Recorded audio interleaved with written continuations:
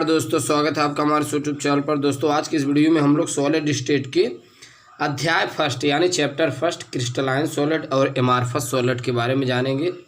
ऐसे प्रश्न हर साल परीक्षाओं में पूछे जाते हैं। तो यहाँ पे हम लोग क्रिस्टलाइन और एमार्फस सॉलिड के बारे में जिक्र करेंगे। किसे कहते हैं क्रिस्टली ठोस और किसे कहते हैं अक्रिस्टली ठोस, यानी कि क्रिस्टलाइन सॉलिड एमार्फस सॉलिड की। बच्चों यदि बात करें क्रिस्टली ठोस की, क्रिस्टलाइन सॉलिड की, क्रिस्टलाइन सॉलिड एक ऐसे पदार्थ होते हैं, यानी कि एक ऐसे पदार्थ होते हैं जैसे आप देखते हैं बहुत से पदार्थ जो ठोस अवस्था में होते हैं, इनमें अवयवी कण में जैसे परमाणु अणु आयन त्रिविम में एक निश्चित ज्यामिति में व्यवस्थित होते हैं, क्रिस्टली ठोस कहलाते हैं। ये बात आपको समझ में आ रही है। हम कह रहे हैं एक ऐसे ठोस पदार्थ जिसमें अवयवी कण, बच्चों अवयवी कण में आएंगे जैसे परमाणु अणु आयन त्रिविम में एक निश्चित ज्यामिति में व्यवस्थित होते हैं, क्रिस्टली ठोस कहलाते हैं।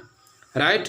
अच्छा, अगर अक्रिस्टली की बात करें तो इसमें जो परमाणु अणु आयन होते हैं, इसमें एक ऐसे ठोस पदार्थ होते हैं जिसमें परमाणु अणु आयन त्रिविम में एक निश्चित ज्यामिति में व्यवस्थित नहीं होते, अक्रिस्टली ठोस कहलाते हैं।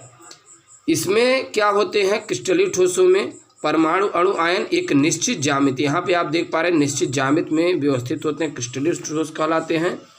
बट इसमें जो परमाणु अणु आयन होते हैं वो निश्चित ज्यामिति में व्यवस्थित नहीं होते, तो ये सभी अक्रिस्टली ठोस कहलाते हैं। तो ये चीज़ें आपको ध्यान में रखना है, निश्चित ज्यामिति क्रिस्टली, अनिश्चित ज्यामिति अक्रिस्टली।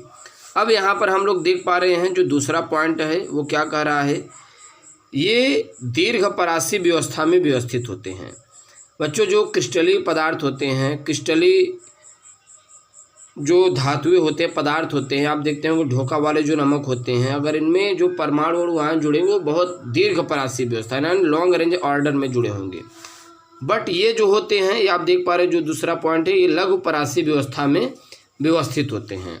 ये चीज़ आपको ध्यान में रखना है। इसके बाद हम लोग थर्ड पॉइंट के बारे में जिक्र करेंगे। क्रिस्टली ठोस जो होते हैं इनके गलनांक क्वथनांक निश्चित होते हैं, ये चीज़ें आपको ध्यान में रखना है। जितने भी क्रिस्टलाइन सॉलिड होते हैं सभी के गलनांक क्वथनांक निश्चित होते हैं। अब जैसे टंगस्टन की ही बात कीजिए, टंगस्टन एक धातु होता है, मेटल्स होता है, इसका जो गलनांक क्वथनांक है 3700 डिग्री सेल्सियस। ये आप कह सकते हैं ये 37 का 3500 मान लीजिए। आप इतना टेम्परेचर देंगे तभी ये गलेगा, अन्यथा ये गलेगा ही नहीं। राइट बच्चों, इतना आप टेम्परेचर देंगे तभी ये गलेगा, अन्यथा ये गलेगा नहीं।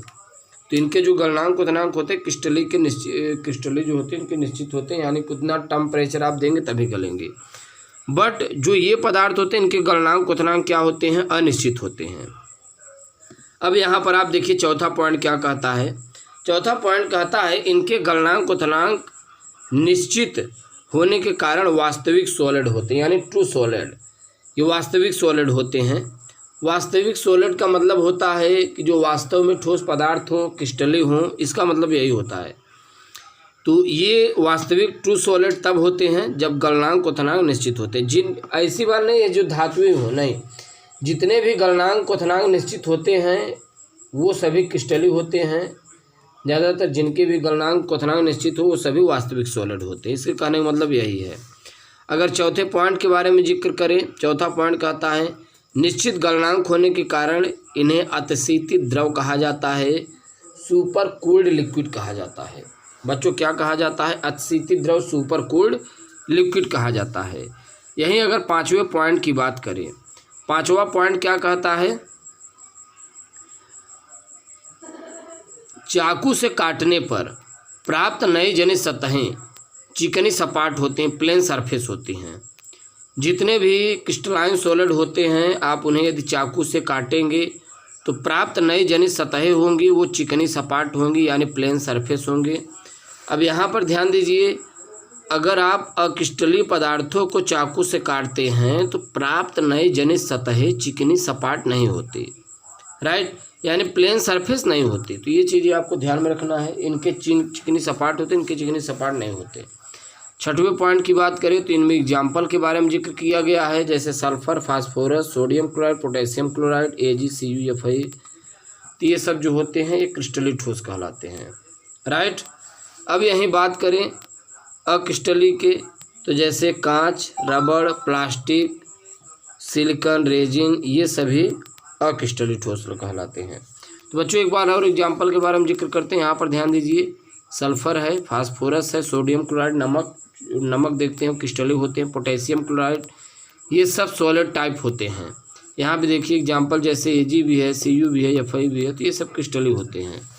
अब इसमें देखिए कांच है, रबड़ है, प्लास्टिक है, अक्रिस्टलिक सिलिकॉन रेजिन है, तो ये सभी जो होते हैं क्रिस्टलिक होते हैं। इसमें ये क्रिस्टलिक है और ये अक्रिस्टलिक है, यानी क्रिस्टलाइन सॉलिड, अमार्फस सॉलिड, इन सभी के बारे में हम लोग सीख पाए। जो क्रिस्टलिक ठोस कहते हैं, जो क्रिस्टलिक ठोस होते हैं, इसमें परमाणु अणु आयन एक निश्चित ज्यामिति में व्यवस्थित होते हैं। अक्रिस्टलिक में परमाणु अणु आयन एक निश्चित ज्यामिति में व्यवस्थित नहीं होते। अब आप यहाँ पर देख पा रहे हैं, ये दीर्घ परासी व्यवस्था में व्यवस्थित होते हैं, यहीं पर ये लघु परासी व्यवस्था में व्यवस्थित होते हैं। इनके गलनांक क्वथनांक निश्चित होते हैं 3500 डिग्री सेल्सियस, इनके गलनांक क्वथनांक अनिश्चित होते हैं।